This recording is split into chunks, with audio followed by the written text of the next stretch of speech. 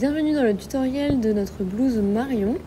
Donc c'est une blouse à l'esprit bohème avec des manches 3/4 amples avec des fronces. On retrouve sur ce modèle une patte polo sur le devant que l'on peut venir boutonner ou non, des manches ballon froncées pour un effet légèrement volumineux et une coupe ample et fluide pour un confort optimal. Donc dans ce tutoriel, nous allons réaliser la version 1 avec la petite patte boutonnée.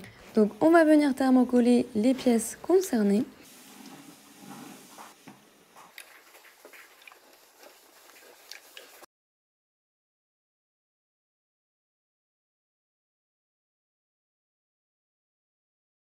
Et la première étape va être la réalisation de la patte polo. Si vous avez opté pour la version numéro 1 avec la petite patte, donc la pièce numéro 7, on va débuter par la préparation de cette pièce. Donc on va venir assembler endroit contre endroit les deux pièces de patte. On va venir les épingler pour les maintenir ensemble.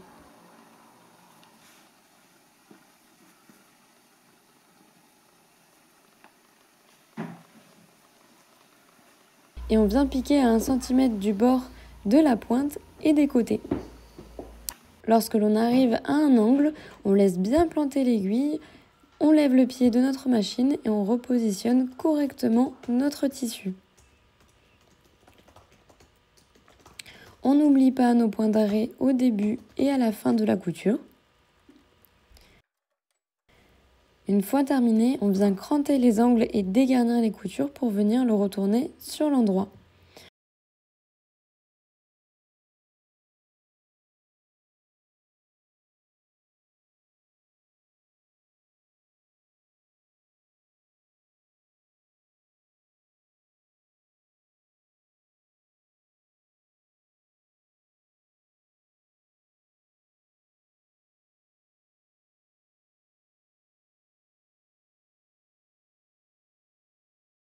On repasse ensuite correctement notre pièce.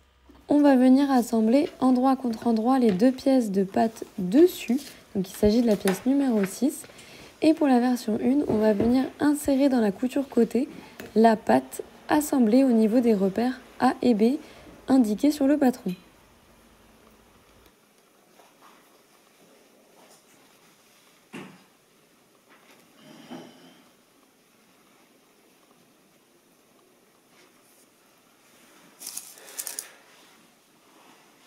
On épingle le tout.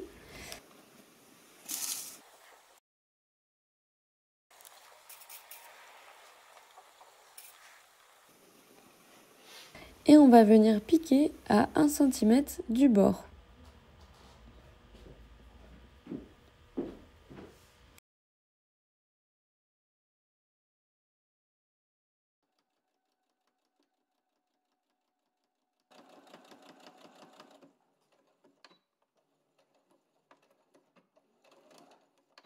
Selon l'épaisseur de votre tissu, on peut venir dégarnir la couture pour éviter les épaisseurs. Ici, j'ai cousu la blouse qu'un coton très fin, donc j'ai décidé de laisser ces marges de couture et de venir les écarter au fer à repasser. On peut venir découper les marges de la petite patte du devant si elle dépasse.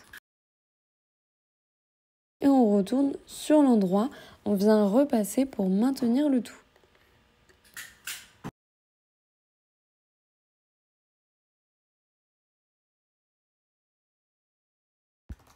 On vient ensuite prendre notre patte dessous, donc il s'agit de la pièce numéro 5, et on va venir la plier en deux, envers contre envers, en suivant la ligne de pli indiquée sur le patron et en repassant correctement la pièce pour marquer ce pli. On vient ensuite prendre notre devant, donc il s'agit de la pièce numéro 2, et on va venir positionner notre patte dessus à droite du buste, endroit contre endroit, bord à bord de l'ouverture du col. On épingle pour maintenir le tout et en miroir, on vient positionner la patte dessous, pliée en deux, donc il s'agit de la pièce numéro 5, toujours pareil, endroit contre endroit, bord à bord de l'ouverture du col. On épingle également cette pièce.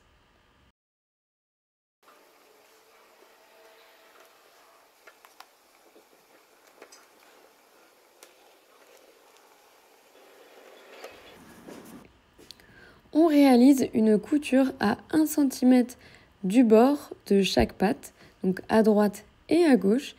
Et on arrête ces coutures très précisément à 1 cm du bord bas de la patte. Cette opération est plutôt délicate, donc plus vous êtes précis à cette étape, plus le rendu sera joli sur l'endroit.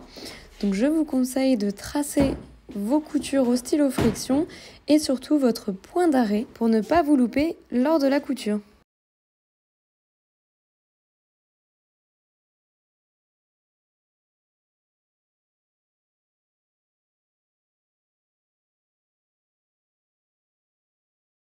Donc c'est parti pour la couture à 1 cm du bord.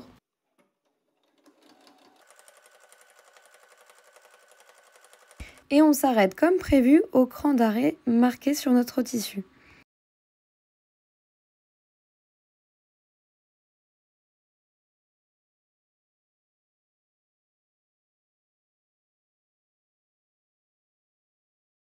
On répète l'opération sur le second côté.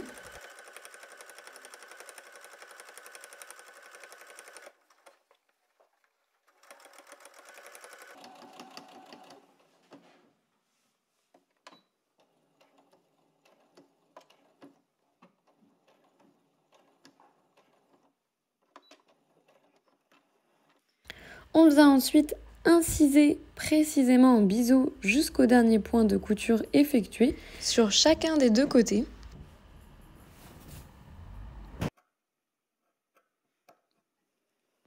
On vient retourner nos deux pattes sur l'envers de la blouse et on va venir les positionner l'une sous l'autre, donc la patte du dessus sur le dessus et la patte du dessous sur le dessous. On les fait se superposer parfaitement. On va venir piquer et assembler le bas de la patte polo. On va prendre dans les épaisseurs notre petite marge du devant de la blouse ainsi que la patte devant gauche et la patte devant droite. Cela fait donc 3 épaisseurs à épingler.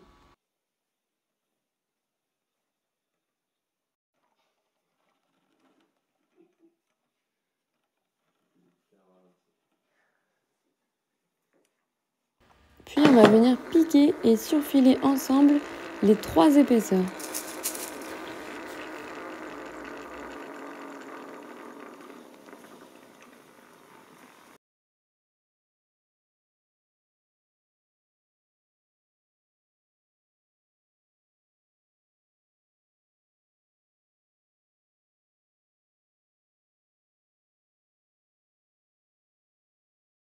On vient surfiler les côtés des pattes ainsi que le bas. On termine en repassant soigneusement sur l'endroit pour un rendu impeccable. Une fois la patte terminée, on va venir assembler le devant et le dos. Pour ça, on vient positionner endroit contre endroit le buste devant, donc c'est la pièce numéro 2, et le buste dos, la pièce numéro 1. On va venir les épingler par les épaules et les côtés. On réalise ensuite une couture à 1 cm du bord. On n'oublie pas nos points d'arrêt au début et à la fin. Et on répète l'opération sur les 2 épaules ainsi que les 2 côtés.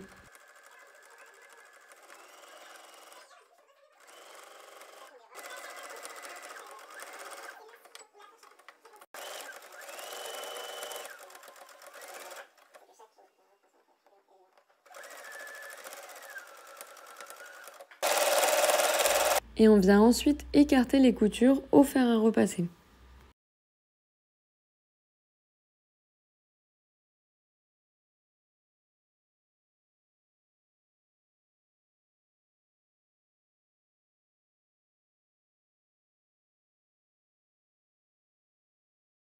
On assemble maintenant le col, donc il s'agit des pièces numéro 8. Pour ça, on va venir placer ces 2 pièces endroit contre endroit. On épingle.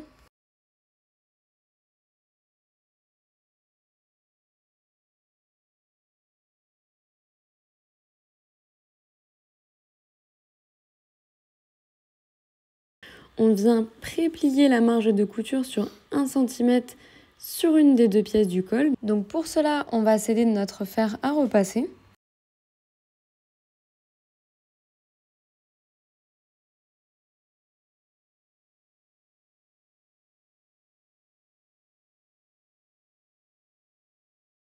Et on va venir réaliser une couture à 1 cm du bord sur les côtés et sur le haut de nos pièces.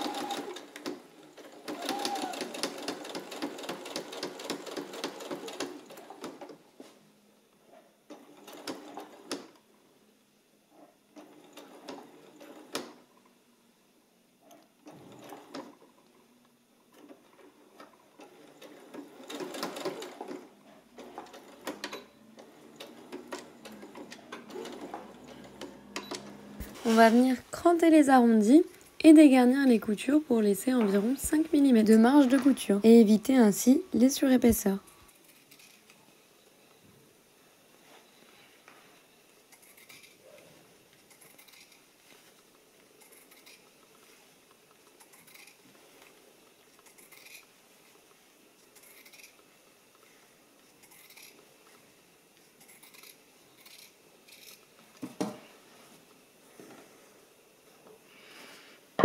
On retourne le tout sur l'endroit et on aplatit le col à l'aide du fer à repasser.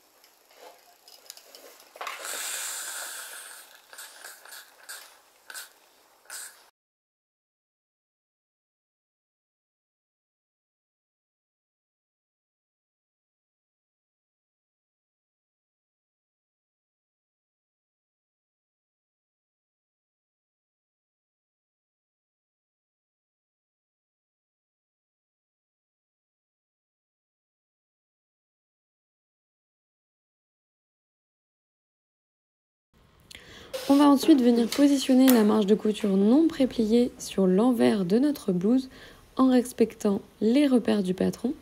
On épingle pour maintenir le col à notre blouse.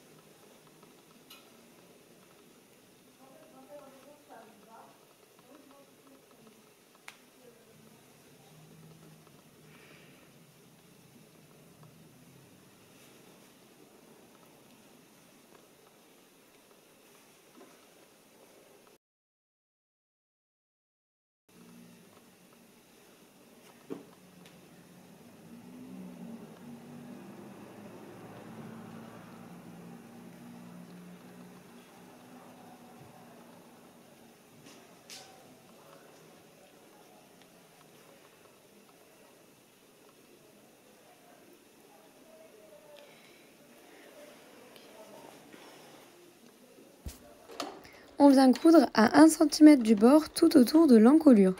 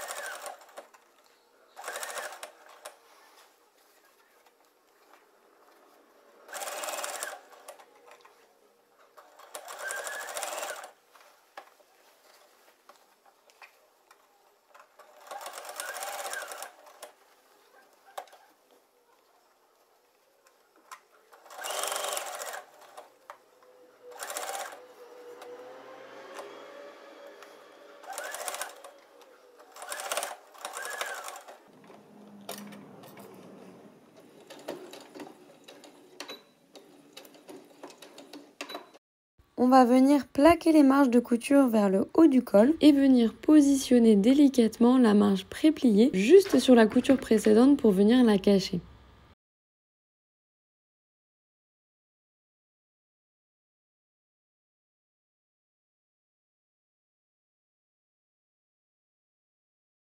On épingle pour maintenir le col bien en place.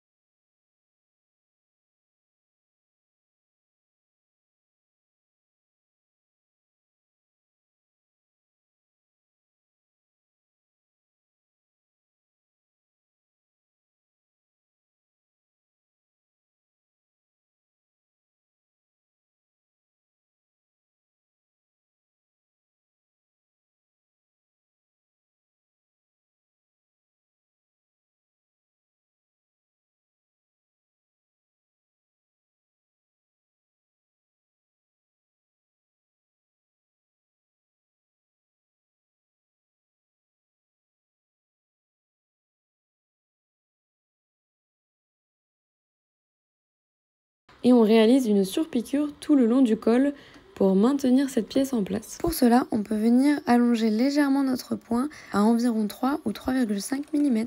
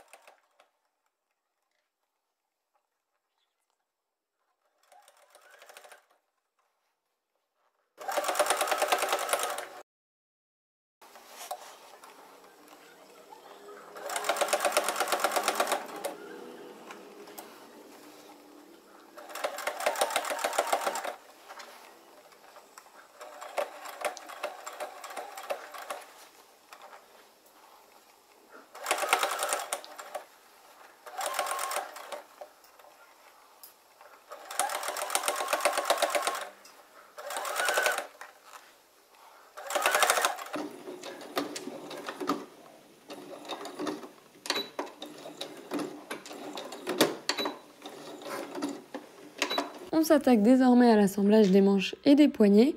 Pour cela, on va venir surfiler les deux côtés des manches, donc s'il s'agit des pièces numéro 3. On vient les épingler endroit contre endroit.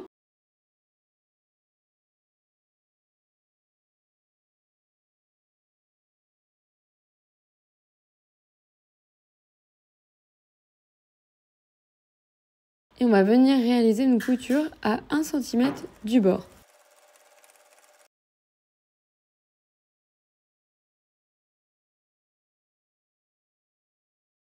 On écarte ensuite nos coutures à l'aide du fer à repasser et on répète l'opération sur la seconde manche.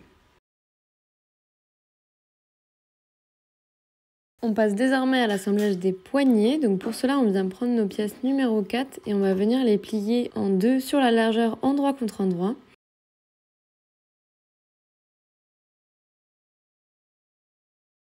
On coud à 1 cm du bord.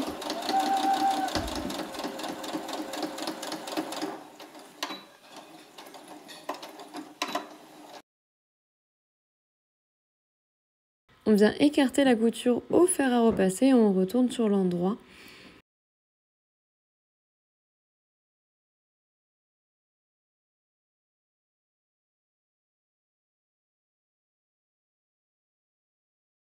Et on vient marquer au fer la marge de couture en prépliant sur 1 cm un des deux bords francs.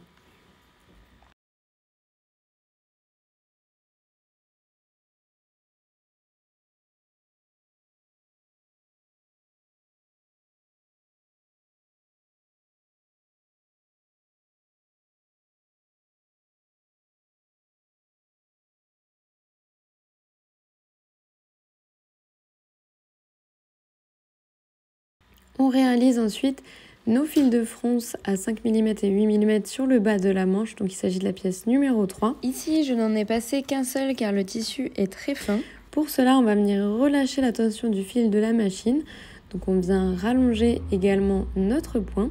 On vient tirer sur notre fil de fronce délicatement et on s'assure d'avoir bien marqué nos repères.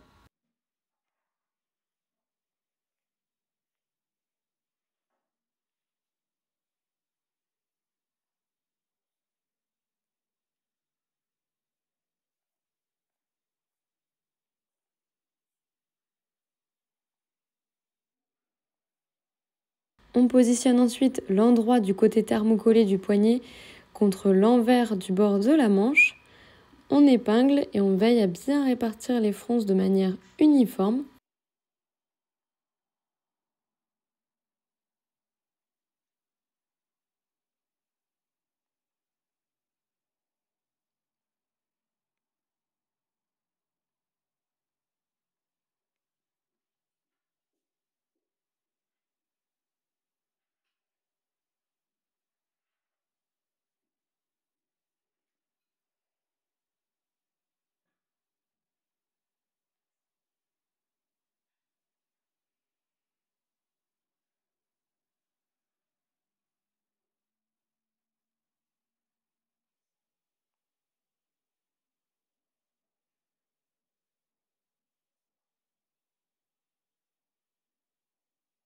On réalise ensuite une couture à 1 cm du bord tout autour du poignet.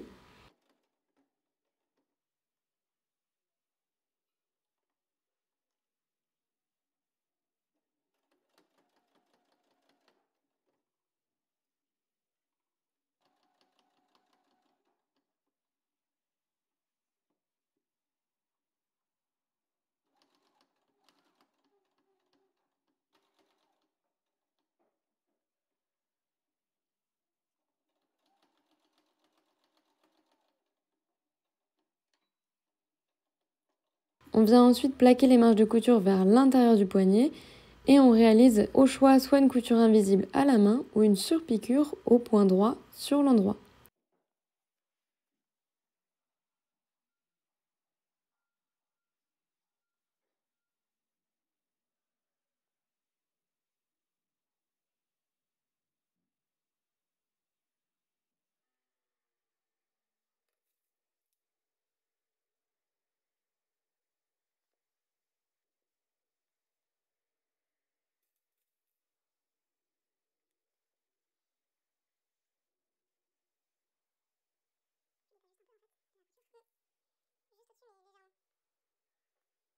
Donc ici, moi j'ai réalisé une surpiqûre discrète au point droit sur l'endroit.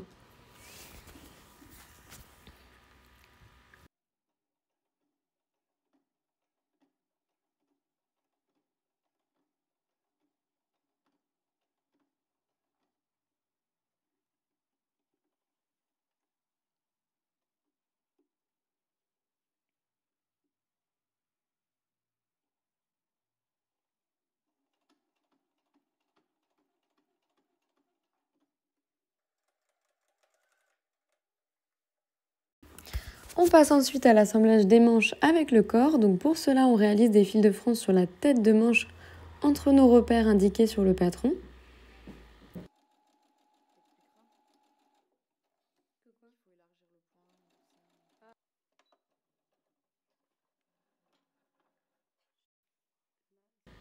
On tire délicatement sur ces fils de fronce et on va venir placer la manche selon les repères de l'emmanchure en épinglant le tout et en positionnant l'écran de la manche et de la blouse bien en face selon les repères du patron.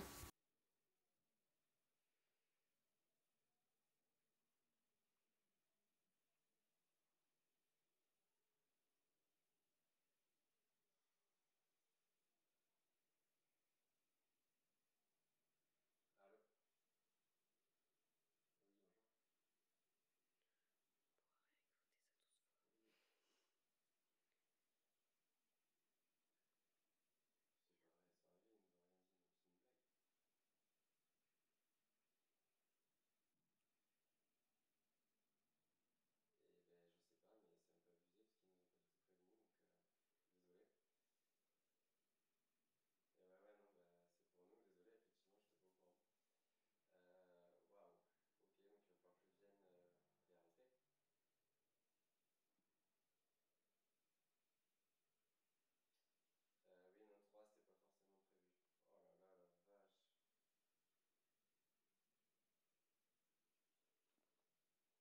Ouais, ouais, c'est ça, c'est ça. Ouais, ouais, bien sûr,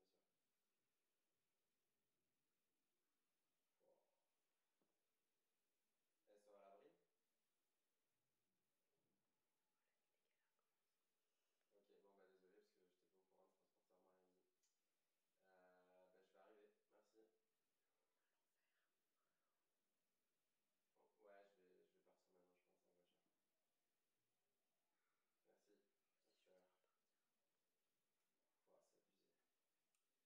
Il y a les potes qui sont arrivés, j'étais même pas au courant, quoi. Mais l'enfer ça. Bon, bah faut Oui, bah c'est arriver. la dernière fois qu'on achète chez Vania. Hein. C'est n'importe vrai. Bah après, c'est pas sa faute, hein, c'est le transporteur, mais.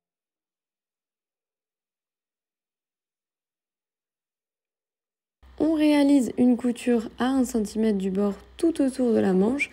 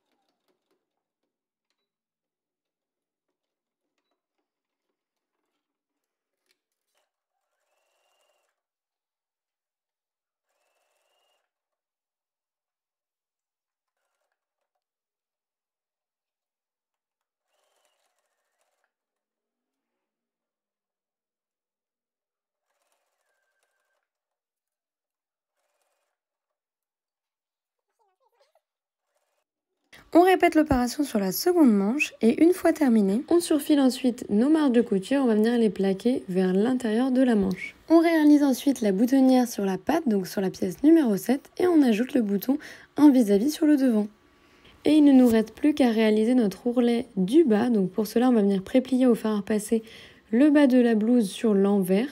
Donc on va plier une première fois sur 1 cm, puis une seconde fois sur 1 cm également.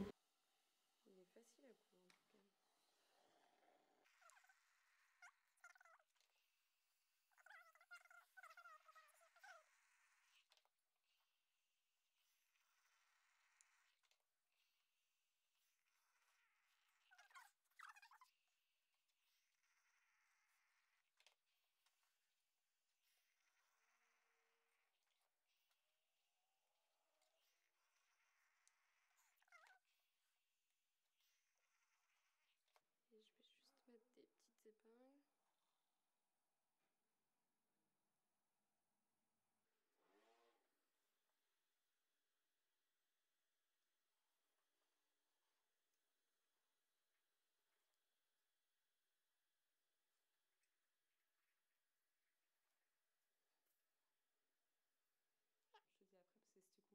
On réalise une couture à 0,8 cm du bord pour maintenir cet ourlet.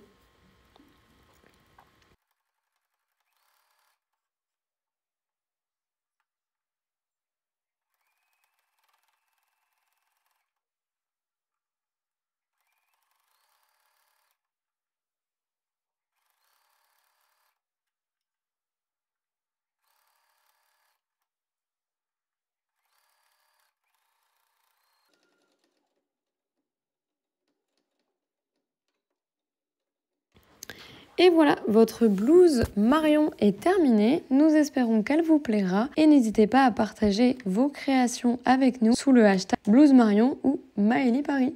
À très vite!